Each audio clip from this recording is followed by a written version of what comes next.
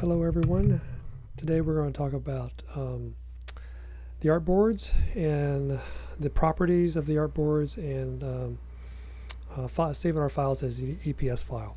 Um, the unique thing about Adobe Illustrator is that you're able to have actually multiple artboards, which you've already worked on, but you actually can have multiple artboards at various different sizes. And this is very helpful in kind of working and whittling down your designs to the final design. So in this instance, I'm going to go over here to the artboard panel, and I'm just going to say add an artboard. And if you have the properties panel open on your interface, and you'll be able to see the properties for that document, and the properties menu right here. Again, you can always find all your windows, all your controls in the window menu, and I'm going to look at for properties. And at this point, you can actually change this document size or the artboard size to, let's say, for our project is going to be 10. And it's a much smaller artboard than the 36 by 36 that we're working on. You can see here's artboard number 5. I'm just going to move that over here so I can work with the other illustrations as well. And I'm going to choose an illustration here that I'm going to pick up and bring over to the artboard and say, I'm going to say this is the one that we're going to go with. I'm going to drag that over here. I actually want to copy it and then paste it. So that way that one illustration is on its own artboard.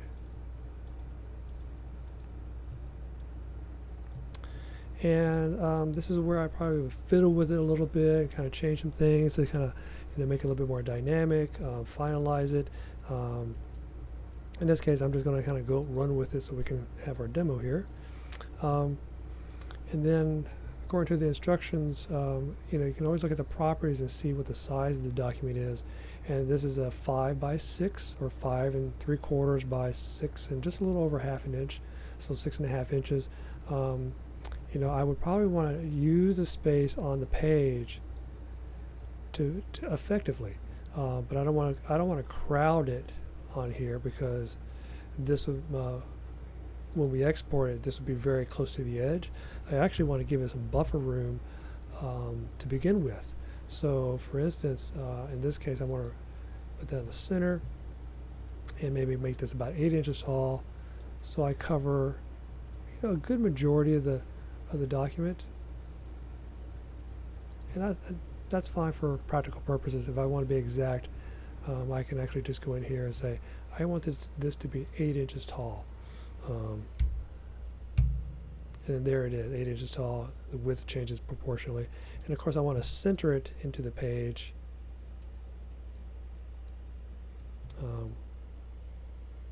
We can do that a number of ways. I can actually bring a guideline over here. Since this is 10 inches, I need it to 5, and it's square, so I need it to 5.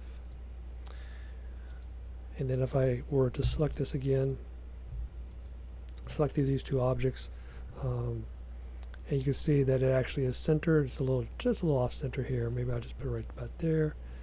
Now, according to the guidelines and to the markers, everything is centered on the document.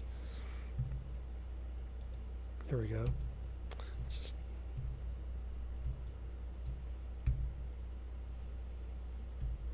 Okay, now that we have this, it's on its own artboard, separate from everything else.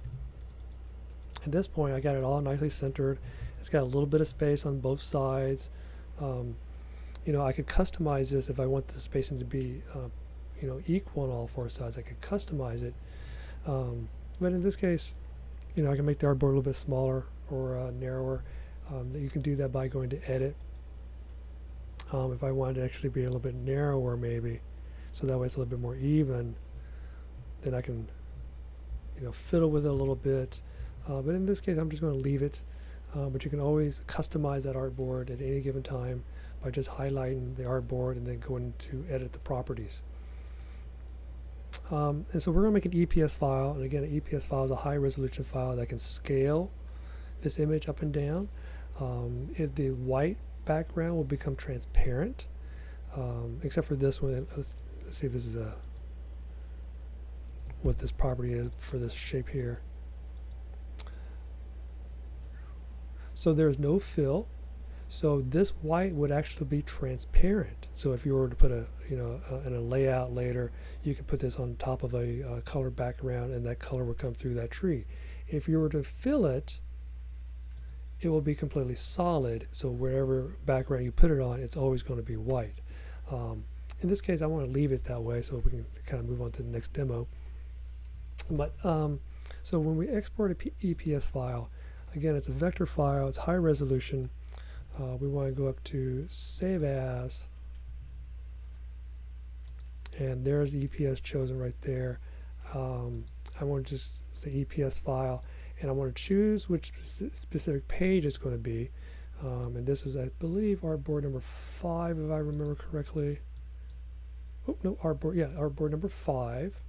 It's number 4 in the sequence, but it's artboard number 5. And I want to put it in this file here, our classroom. And I want to say save. And you might notice, whoops, it's artboard number 4, sorry. The names sometimes don't line up with the actual number of artboards, because you might have tossed one and it just keeps counting from where it last left off. So artboard number 4. This all pretty much stays as standard. You don't have to change anything unless an organization tells you to. And then there's that. I'm going to go to my folder I saved it in. And right there is artboard number 4, saved as an EPS file, .eps, and then the artboard number gets attached there at the end, so that way you can always track it accordingly. So I want to go back to my other document here, and I'm just going to create a new artboard.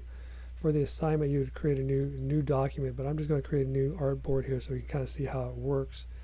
So it's the same size artboard as previously, because it kind of sets the preset and moves on to the next one. I'm going to place that file, the EPS file we just made, and there it is, number 4, and it's going to go right there.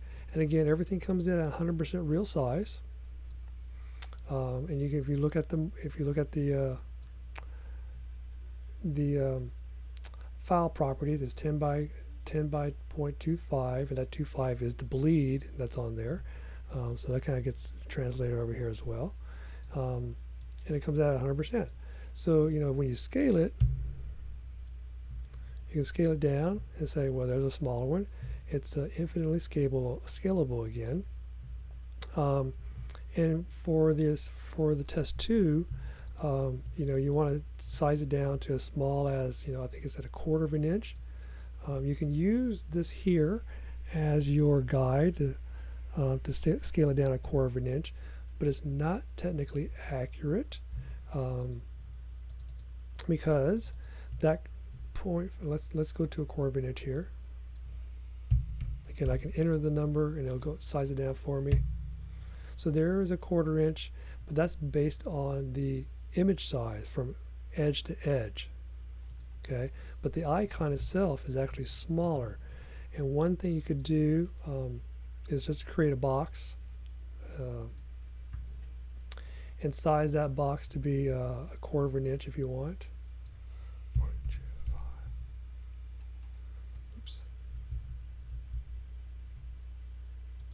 Sorry, I want to make mine perfectly square because I just like that.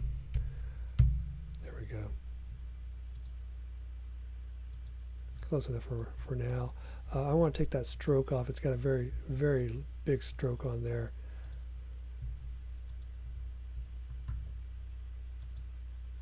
And just put it to just a regular one stroke. Oops.